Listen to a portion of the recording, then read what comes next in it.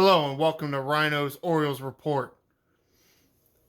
Baseball season is upon us, ladies and gentlemen.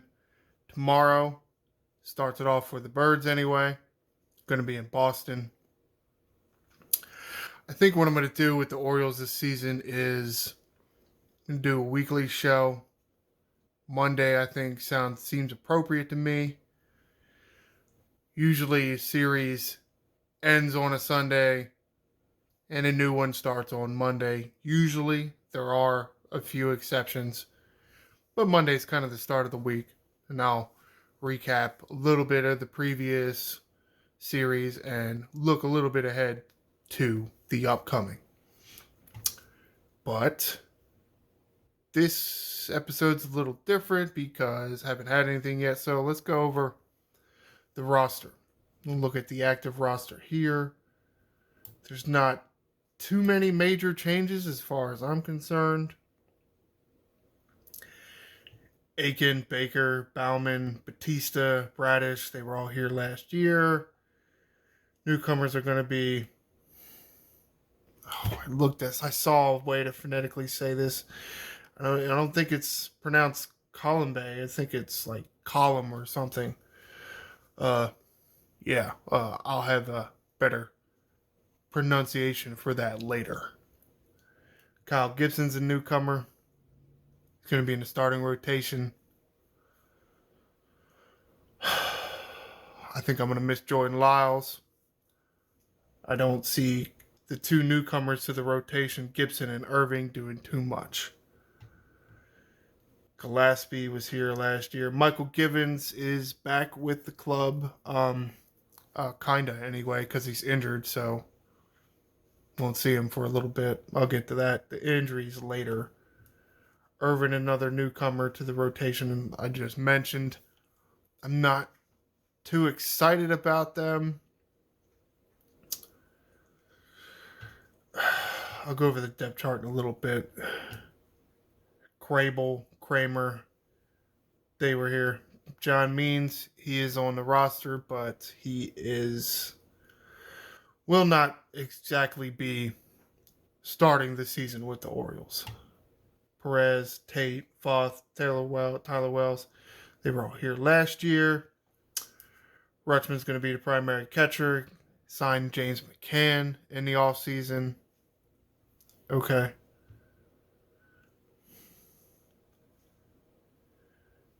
Infielders are pretty much the same as last year, except the addition of Adam Frazier to replace. Oh, what was his first name? I can't remember. Odor. And the outfielders, same as last year. Hayes, McKenna, Mullins, Santander, and Stowers. Now, if you counted up all the names, you will notice that it's more than they're allowed to have. I'm going to go ahead and assume that it's because there are 4 players on the injured list. Givens, knee soreness, so that's cool. Bring Michael Givens back and immediately injured. I'm not too excited about bringing Givens back. At least as far as I can remember, he hasn't changed his mechanics. He's going to drop down from the right side a little bit, causing the pitches to go away from the right-hander and into a left-hander. By the general movement of that pitch, has potential to make a lot of the balls go to right field. But it's left field we want him to hit it to because of the Great Wall of Baltimore. So I don't know how well Givens is going to pan out. McCann said he signed him. Seems to be going to be taking the role of that veteran catcher as a backup. He has oblique soreness, so we'll see when he will come back. Not sure when the timetable is. See, Givens and there it is. Givens and McCann are both TBD. Dylan Tate has a forearm strain. You can see his expected return is late April, early May. Um, Tate last year showed some real ability to get outs. So hopefully this right forearm strain doesn't hinder his ability too much. John Means, really the only ace pitcher that the Orioles have seen in a long time. A long time. Or at least it feels like it anyway. Tommy John surgery, it seems like forever ago. I mean, it seems like he had Tommy John surgery 2 years ago. I'm not. But supposedly it was just last April. I don't.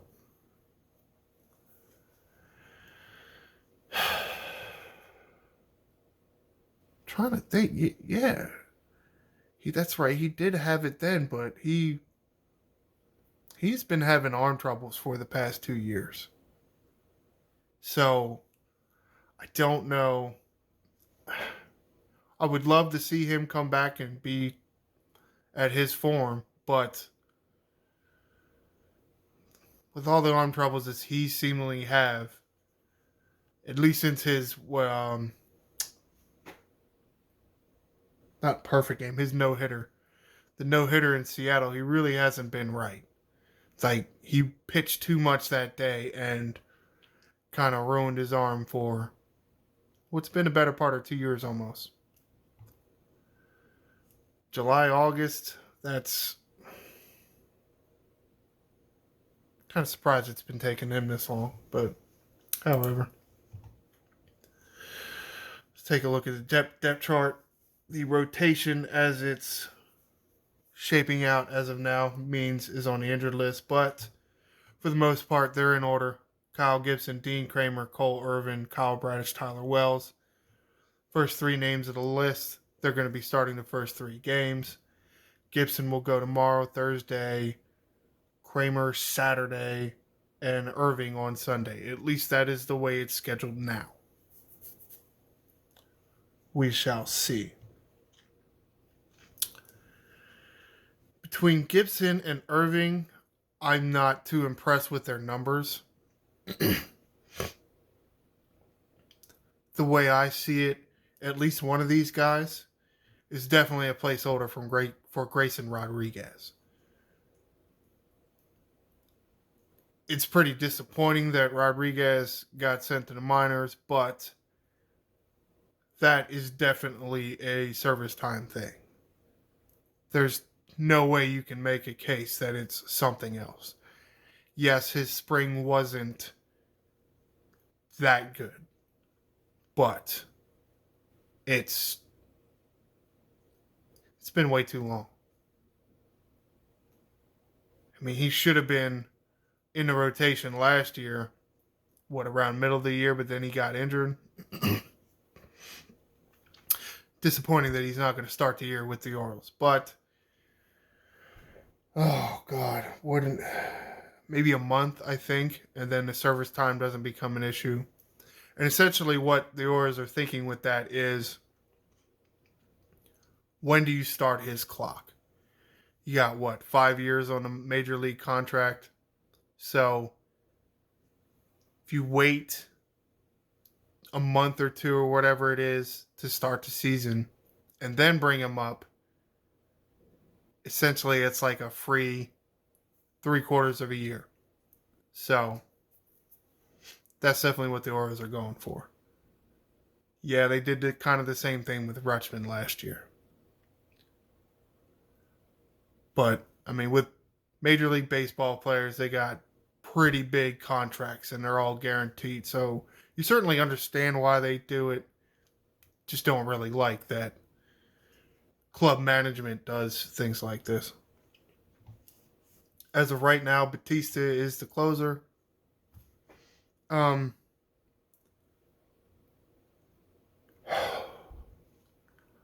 think I'm a little worried about this. I don't I think he's too young.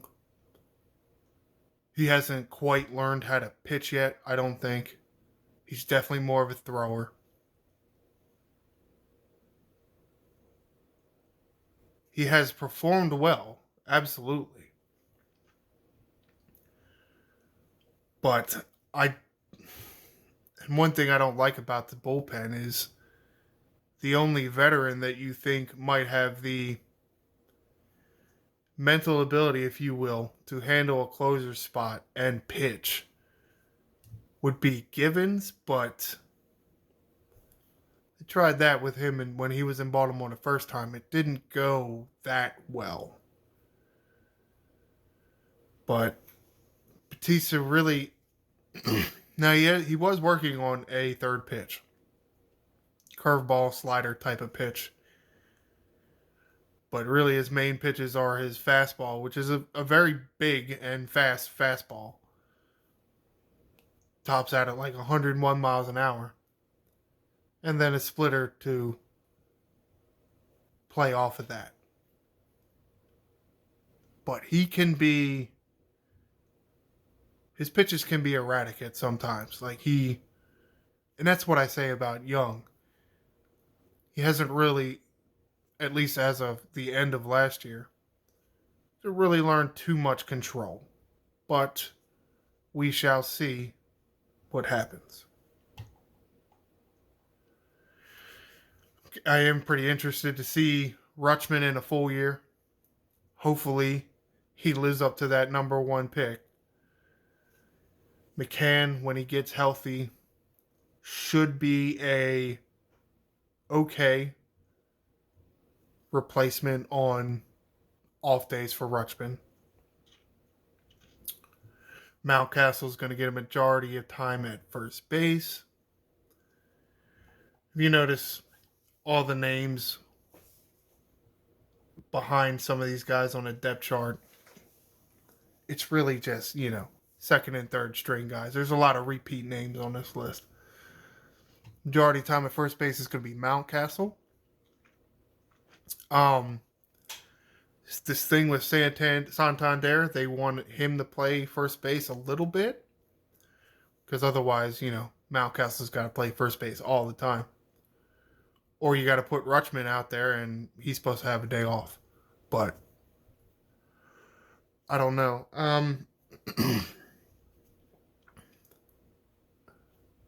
Santander, I'm sure, certainly understands how to play first base. Can he execute? I mean, you look at some of the horror stories out there of trying to move guys from like an outfield or third base and putting them at first base and just seeing them terrible. I mean, think about Alex Rodriguez. Anybody remember that? Wow, I mean, he played in the field so well for so many years, and then he got kind of old, and with that big contract, you try to put him at first base, and it's like he had no idea what he was doing. He was stepping on the base with his wrong foot. It's hilarious. Hopefully, Santander doesn't do any of that. Now, they do have Mountcastle. I'm sorry, not Mountcastle. McCann as third string first baseman, if you will. Slightly misleading. I think the third best option at first base is probably going to be Vavra. This guy here. Vavra is like a super utility dude. I think he could play anywhere except catcher and pitcher, but could probably do that too. Frazier looks like he's going to spend most of the time at second base. I'm hoping that Ramon Urias, I'm sure I'm butchering that name. I like his bat. I think he should be the regular starting second baseman, but I understand you don't want to line up full of righties. Orioles got a few switch hitters, and then it's mostly right. So Frazier's got that left-handed bat option. So we'll see how Brandon Hyde handles second base. He's got a few options between Frazier, Urias, and Vavra. I think because the other two positions in the infield, third base and shortstop, as far as I'm concerned, they're locked. Henderson's your third baseman and Mateo's your shortstop. One, you got to get Mateo in there somewhere. He is too fast to be left on the bench. And because of that speed, the range that guy possesses, yeah, he's your shortstop. Especially now that you can't do the old shifteroo thing and put three guys on one side of the base. Henderson, I think, is a great fit for third base. Yes, he could play shortstop, and he is listed on the depth chart, but I think third base is a good spot for him. Again, Hayes in left field. Because of the wall out there, added several feet. It is good that we have somebody somewhat fast to patrol left field. McKenna, he's your utility outfield. He can play all three outfield positions. He's probably going to be the primary backup, I think, anyway, for all the outfield spots. Because, I mean, you're just going to want to get people rest, and you're not going to... I mean, I guess... Yeah, I don't know. I like Hayes out in left field, even if you want to give Mullins a day off. I would rather have McKenna in center, but again, we'll see what Hyde does.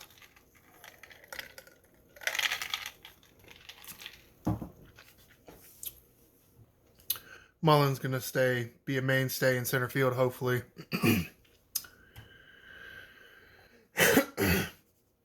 Right field could be a little interesting.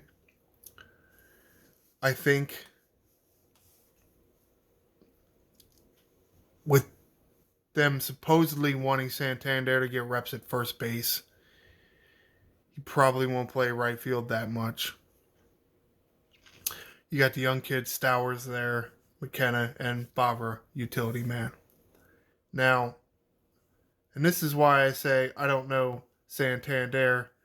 It's going to be in right field too much. You're going to put Stowers as DH and Santander in right field? Yeah, I don't think so, man. Yeah, I mean, sure, I guess it'll happen a few times, but I think you're hurting your defense that way. Stowers is going to move around a lot better than Santander. Santander has kind of gotten beat up. At least his lower body has. Nothing too serious, but he definitely isn't moving around as well as he was 3 years ago. So I'm looking for Stowers. He didn't do that much last year. He did play relatively well, I think. But hoping he takes another step forward here. Because these are your what? Oh, shit. Yeah, right? Because wasn't it... Didn't they pick Rutschman, then Henderson, and then Stowers? That was Elias's first 3 picks, if I remember correctly. So, I think Henderson and Rutschman are going to live up to their potential. I don't know about Stowers yet, but hopefully. Oh, what is this? Oh, if I didn't mention it before, I am on MLB.com/Orioles. And as you can see, I just went to the schedule. So, first game is Thursday, 2 p.m. at the Red Sox. And then,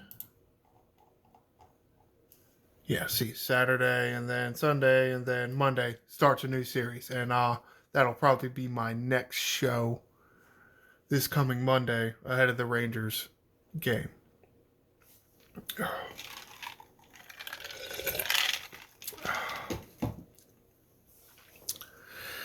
Now, I know I've been posting a lot of videos, but this is kind of a new thing with the Orioles. Slightly different schedule. as far as this team compared to like the Ravens. So this part of the channel, if you will, going to be a little bit of work in progress. So bear with me. Comment below. What do you think the Orioles are going to do this year? I think they got a real shot at making the playoffs, but I am worried about the bullpen. We'll see if the bullpen holds up.